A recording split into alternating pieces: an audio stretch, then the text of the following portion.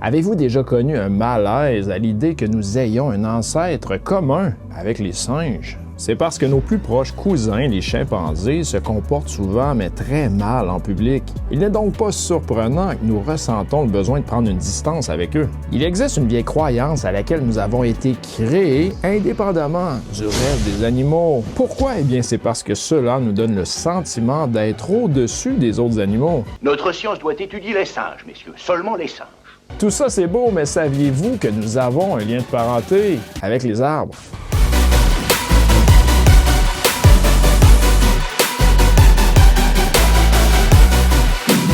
Voici un segment d'ADN d'un érable. Et à l'intérieur se trouve un code-barre avec les instructions qui indiquent à l'arbre comment métaboliser les glucides. Si nous comparons cet ADN avec le nôtre, nous sommes sans l'ombre d'un doute de vieux cousins. Pas vrai, c'est pas ton cousin. Et c'est la même chose avec tous les êtres vivants. Les différences entre espèces sont dues à d'autres parties dans le segment de l'ADN. À moins que vous ayez un vrai jumeau, personne dans tout l'univers peut posséder le même ADN que vous. Vous êtes unique. Oui, regardez-vous, on est tous uniques. On aime ça se faire dire ça. Hein? Chez d'autres espèces, les différences génétiques fournissent la matière première de la sélection naturelle qu'on a parlé la semaine dernière. L'environnement choisit les gènes qui survivront et se multiplieront. Et en ce qui concerne les instructions génétiques relatives aux fonctions vitales essentielles, comme par exemple l'assimilation des glucides, nous avons un ADN presque identique à celui d'autres espèces. C'est parce que ces fonctions sont si importantes qu'elles ont évolué avant que ces diverses formes de vie se séparent les unes des autres. La science nous a permis de reconstituer l'arbre généalogique de toutes les espèces vivant sur notre planète. Les espèces génétiquement proches occupent la même branche de l'arbre, tandis que les cousins éloignés se situent un peu plus loin. Chaque branche symbolise une espèce distincte et le tronc représente les ancêtres communs de toutes les formes de vie sur Terre. La matière vivante est si malléable qu'une fois qu'elle a commencé à se développer, l'environnement lui a donné une incroyable variété de formes.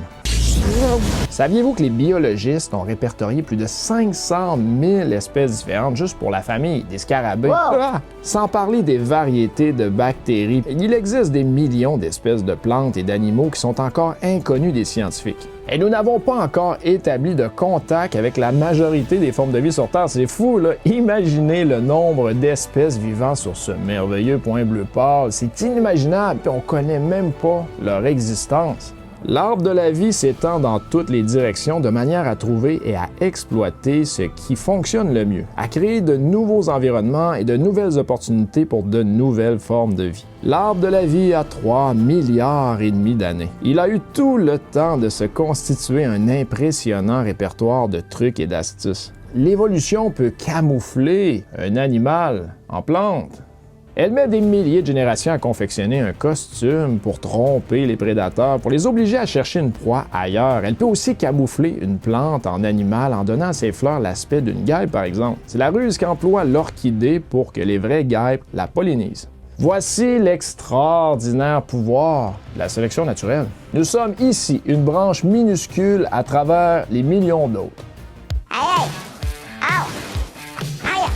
Aïe, arrête! Aïe, aïe! Aïe! La science montre que toutes les formes de vie terrestres ne font qu'une. Charles Darwin, l'instigateur de la théorie de la sélection naturelle qu'on a parlé la semaine dernière, a découvert le véritable mécanisme de l'évolution. À son époque, les gens croyaient que la complexité et la variété des formes de vie étaient nécessairement l'œuvre d'un concepteur intelligent qui avait créé séparément chacune de ces millions d'espèces différentes. Selon la population de l'époque, la nature était trop complexe pour résulter d'une évolution anarchique. Imaginez l'étendue pour Darwin devant cette vieille mentalité. Au moins la mort sur la place publique n'existait plus à cette époque, ça c'était la bonne nouvelle. Puis pour nous, on se voit jeudi prochain. Hey, adios amigos!